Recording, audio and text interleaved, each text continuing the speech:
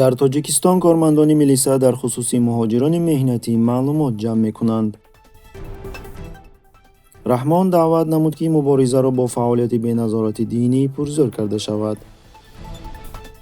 кумитаи оид ба корҳои дини Тоҷикистон ҷашнгирии соли навро иҷозат дод. чӣ тавре ки Радиои Озодӣ менависад, дар шимоли Тоҷикистон кормандони ҳифзи ҳуқуқ якҷоя бо шӯрои деҳот дар хусуси муҳоҷирони меҳнатӣ, ки барои коркунӣ ба Русия рафтанд, маълумот ҷамъ карда истоданд. ҳукумати маҳаллӣ ба маълумотҳои зерин дар бораи муҳоҷирони меҳнатӣ манфиат доранд: суроғаи истиқоматӣ, ҷойи кор ва рақами телефони мобилӣ.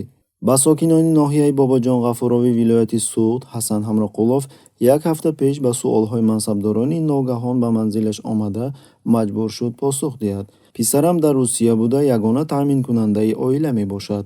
аъзоёни гурӯҳи ташриф оварда, аз ҷумла дар хусуси писарам, чанд муддат пас ба хона занг мезанад ва дар кадом суроға дар Русия зиндагӣ дорад, суол карданд. ман сахт тарсидам, гуфт ӯ ба хабарнигорон. Ҳасан Амроқулов то ҳол ҳайрон аст, ки намояндагони ҳукумат бо чӣ сабаб дар бораи писараш, ки дар муҳоҷирати меҳнатӣ қарор дорад, пурсуҷӯ намуданд. раиси маъмурияти ноҳияи Бобоҷон Ғафуров Ҳусейнхон Ҳакимов ба хабарнигорон маълумоти зеринро тасдиқ намуд ва иброз дошт, ки маъракаи мазкур барои таъмин намудани амният карда мешавад. яке аз мақсадҳо муайян кардани ашхосе, ки дар хориҷ аз кишвар ҳастанд, қайд намуд раиси ноҳия.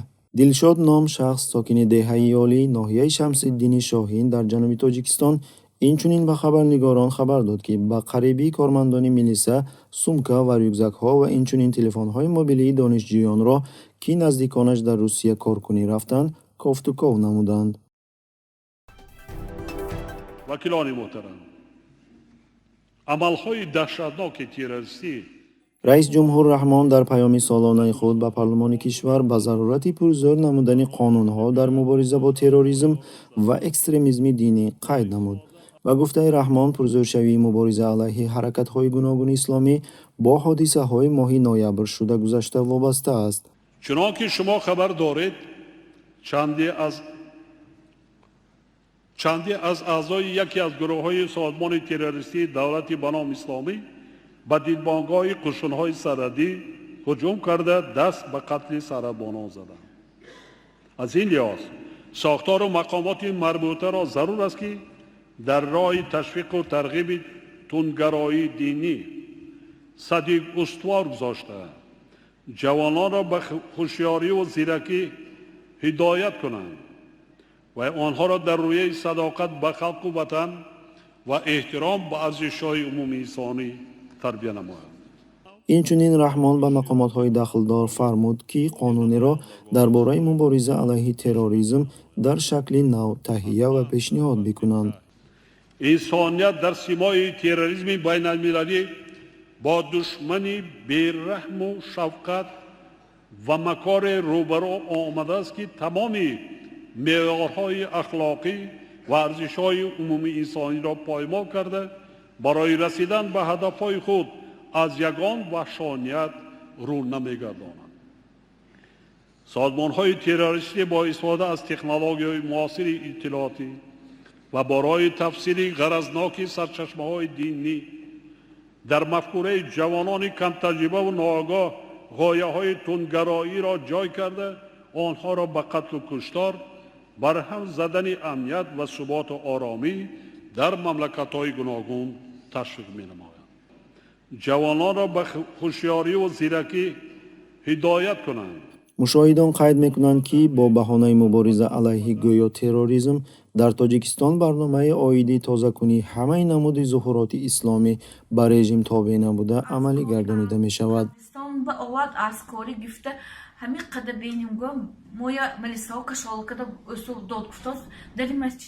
ёдрас мекунем, ки шаби 5 ба 6 ноябр дар дидбонгоҳи сарҳадии рақами 4 Ишқобод ҳамла карда шуд. иттилои расмӣ аз тарафи мақомоти қудратӣ дода шуда, дар мушоҳидон ва сокинони кишвар шубҳаҳоро ба миён овард. зимнан маълумоти расмӣ якчанд маротиба бо маълумотҳои шубҳаовар пур карда мешуд, ки боз ҳам шубҳаҳоро афзоиш медод. баъзе аз коршиносон иброз намуданд, ки дар қазияи мазкур хадамотҳои махсус даст доранд.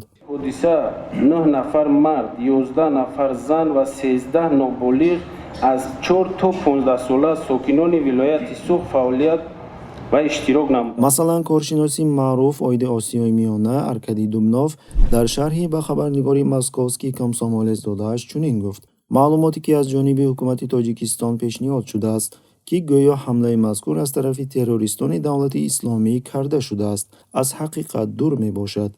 якум, дар тамоми бадиҳо душанбе ҳизби наҳзати исломии тоҷикистон ва давлати исломиро айбдор месозад. дуюм, дар навор мушоҳида кардан мумкин аст ки дастҳои ҳамлагарон баста аст. ҳамаи ин ба қаллобӣ далолат мекунад, гуфт коршинос. Относиться к этому как к абсолютно, я бы сказал, неграмотному, непрофессиональному, не очень умному выступлению.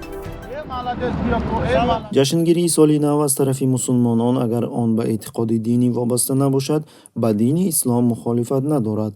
хабари мазкурро оҷонси иттилоотии ховар ба намояндаи кумитаи оид ба корҳои дин, танзими анъана ва ҷашну маросимҳо Афшин Муқим такя намуда иттилоъ медиҳад.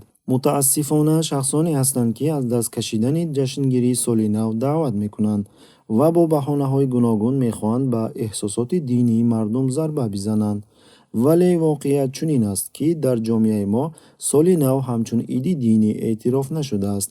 ин як иди тақвимӣ аст, ё ин ки санаи ҳисоботиест, ки аз рӯи он натиҷаҳои соли гузашта ва нақшаҳои соли оянда тарҳрезӣ карда мешавад, қайд намуд Афшин Муқим. takror kelib turadigan ёдрас мекунем, ки пештар муфтии Ӯзбекистон Абдулазиз Мансур низ дар баромади худ барои ҷашнгирии соли нав иҷозат дода, иброз дошт, ки ҷашнгирии соли нав ба дини ислом мухолифат надорад. вале якчанд рӯз пас дар зери фишори ҷомеа маҷбур шуд мавқеи худро тағйир дода, аз гуфтаҳои худ даст бикашад. mavzusida efir orqali bir chiqish qilgan edim. Uni Ziyo studiyasi 1 soat yozgan edi. ҷолиби диққат аст, ки дар соли 2011 муфтии Тоҷикистон Саид Мукаррам Абдуқодирзода дар зери фишори ҷомеа оиди манъи ҷашнгирии соли нав аз тарафи мусулмонон фатво бароварда буд. мусулмонон бояд аз одатҳои худ пайравӣ намоянд. ороиш додани арчаи солинавӣ, рақсу бозӣ аз маданияти мо нест. дар он фатвое, ки дар сомонаи шӯрои уламои Тоҷикистон нашр шуда буд, аз ҷумла гуфта шудааст, ки ҷашнгирии соли нави мелодӣ решаи динӣ дорад. аз ин рӯ ин на танҳо ба шариати ислом, балки ба урфу одатҳои тоҷикон низ мухолифат мекунад. вале каме дертар муфтии Тоҷикистон оиди ҷоиз будани ҷашнгирии соли нав фатвои нав баровард. ба суоли яке аз мизоҷони сомонаи шӯрои уламои Тоҷикистон, ӯ аз ҷумла чунин посух дод: ҷашнгирии соли нав ин одат аст, на ибодат. дар оне ки волидайн ба фарзандон тӯҳфаҳои солинавӣ медиҳанд, боке надорад. Доми декабр сар кардагим то 31 дар амил назди арчаи солинавӣ қарор дорем. коршиносон бар он ақидаанд, ки барои ҷашнгирии соли нав маҷбур намудани режимҳои кишварҳои Осиёи Миёна яке аз намудҳои мубориза алайҳи бедории диниву сиёсӣ мебошад, ки айни замон мардумони ин минтақа аз сар гузаронида истодаанд.